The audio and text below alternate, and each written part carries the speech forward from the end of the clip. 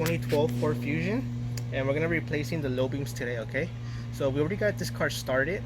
It does take a little while to get to it, so we already get started just to make it quick. And pretty much what you're gonna do first to get to these is that you can't really reach your hand through here to get them, so you actually have to forcefully remove the headlight. Okay, so you're first gonna start from the back of the wheel well. There's gonna be about 3 clips, all right? So look like these ones. Okay, so these normally these have already been messed with, so they were kind of hard to get off. So you just use a clip remover and pop them out. But normally the way these work is that these will spin, and you can actually see it. It'll become loose on its own. Okay, so don't, if your car has never been touched, then you should be good. You should just be able to spin them out, and they'll pop out. Okay, there's 3 of them. This will be one.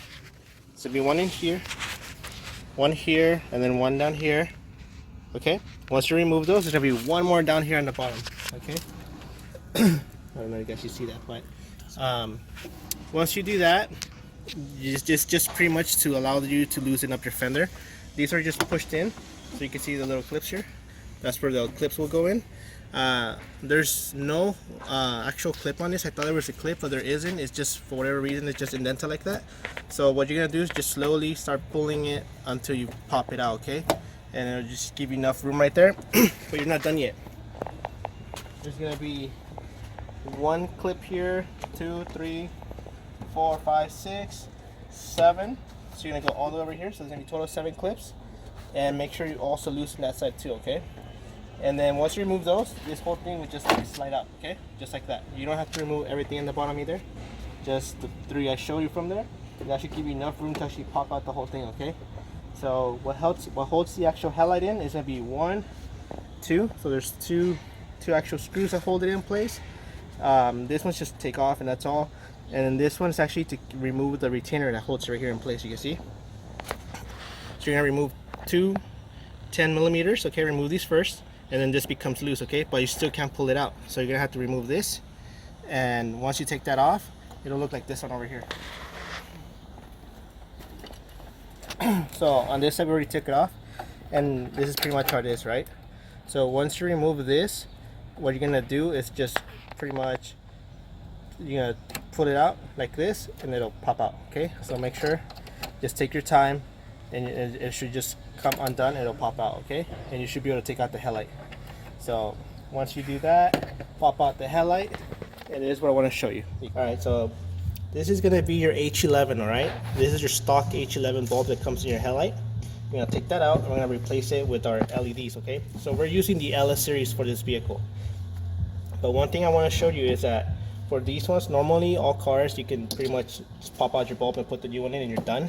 But for this vehicle, it's actually already at an angle. So for normal halogen bulbs, there's no problem because it's a 360-degree lighting bulb. But ours, you actually have to have them left and right for the chips to actually produce the correct light pattern. But by default, when you buy our lights, they will come in this orientation. Okay, and I'm talking about the white tab right here. See how it's left, right, and down?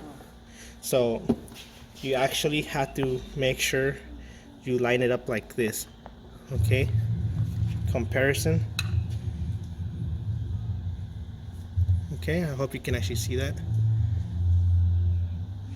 But the reason why, if you don't do this orientation, it will not line up with this type of headlight. Okay, so this is the passenger light we took out.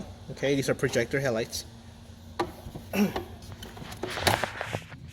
Your low beams are the ones all the far at the end. Okay, to remove that's pretty simple. Just untwist it, unclip it, and you're out. But the problem is on these headlights, you can see these sockets are actually angled. So they're actually pointing towards the outside rim.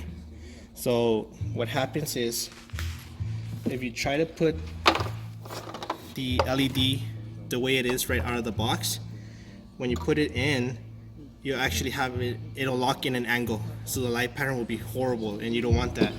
So the only way to get that proper lighting is doing this orientation. Okay, the reason why, because when it goes in, it'll be at an angle, and when you lock it, it'll straighten it up. Okay, so let's see, do this real quick.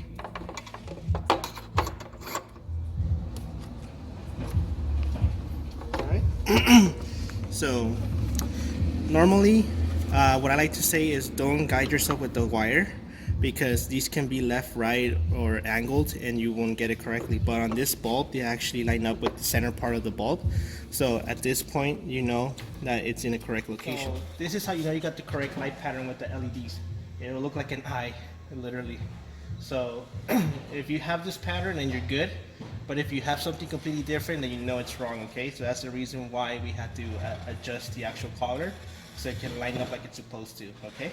So this is what you want to have as a finished pattern, okay?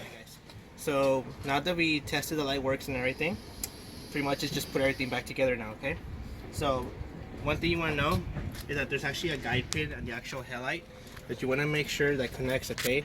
You want to get that one to go in first, which is going to be right here. This one right here you're looking at. Okay, there's actually a metal pin that goes outwards. So there's going to be a hole here on this white piece where you gotta light it up and make sure it goes all the way in. Once it sits in, the headlight will be locked in place, but it's gonna be loose, okay? So next thing is, remember that piece I told you earlier? So just to show you how this works, is that, remember, push this down. Once you take off the screw, just push it down, and this should actually start popping out.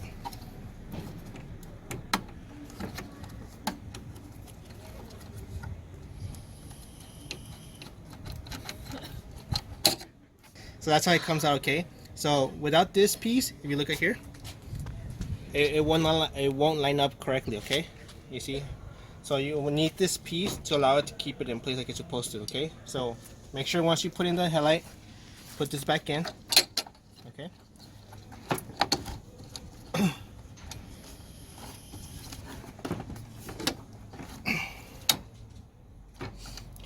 As you can see, at this point, it's pretty much lined up where it's supposed to be, okay? So to make sure it stays in place, put all your screws back in place and you should be good. One thing you need to know is that these are actually specific to where they go. As you can see, they're actually different sizes. So make sure every screw you take off that you remember where they went, okay? So the shortest one is gonna go up here.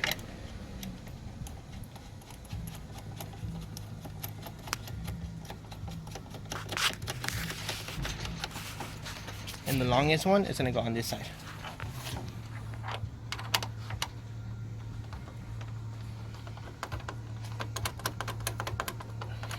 Alright, so.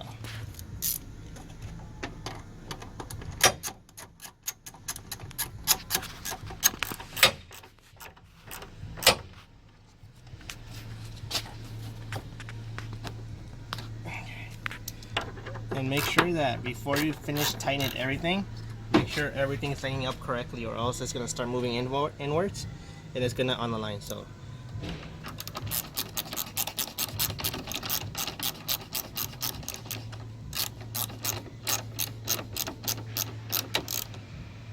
okay. You can see it's lined up, and at this point you can put your 2 screws. Alright, so once you got your headlights all lined up and everything, you can pretty much just start putting everything back together. So we're going to put all that back together and come back once everything's set up and I light up the lights, okay? And this, guys, the final product. There you go. So the lights don't actually flicker, it's just the camera itself, but there you go.